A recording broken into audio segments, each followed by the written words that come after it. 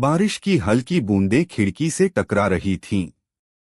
एक छोटी सी झोपड़ी के अंदर मिट्टी की दीवारों से घिरे एक कोने में बैठी थी रेखा, एक अकेली माँ। उसकी गोद में 2 साल की गुड़िया थी और आंखों में एक सपना। वो सपना जो उसने अपनी बेटी के लिए देखा था, उसे पढ़ा लिखा कर अपने पैरों पर खड़ा करना। रेखा कभी स्कूल नहीं जा सकी थी। कम उम्र में शादी हो गई थी और फिर पति का साथ भी ज्यादा दिन नहीं मिला। बीमारी ने उससे उसका सहारा छीन लिया था। तब गुड़िया सिर्फ 4 महीने की थी।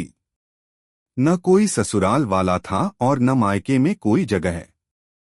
हर ओर से ठोकरें मिलीं, लेकिन रेखा ने हार नहीं मानी।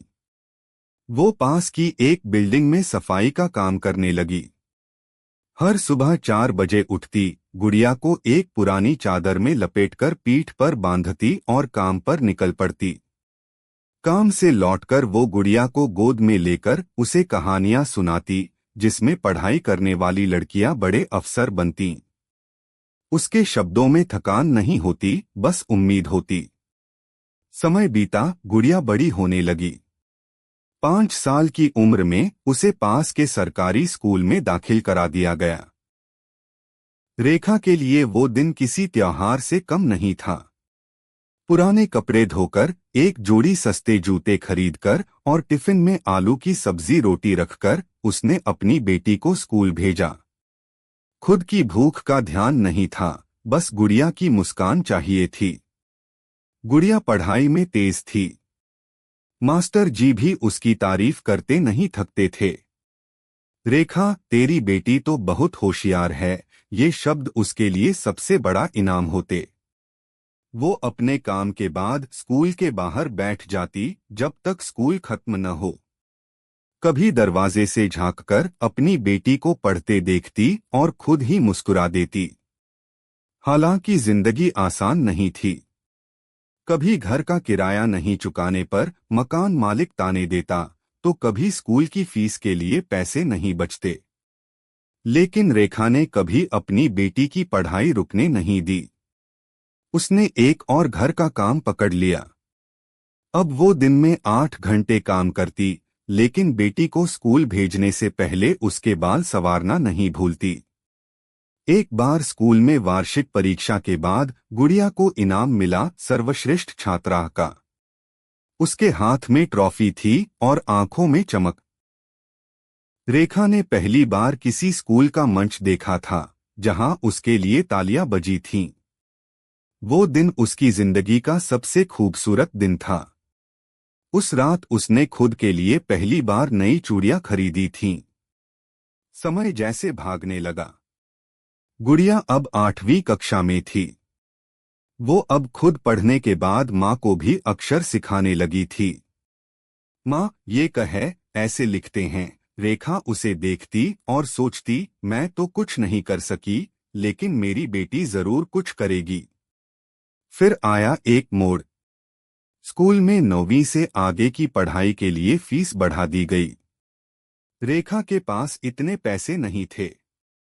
उसने अपने गहने जो बचपन में माँ ने दिए थे, गिरवी रख दिए।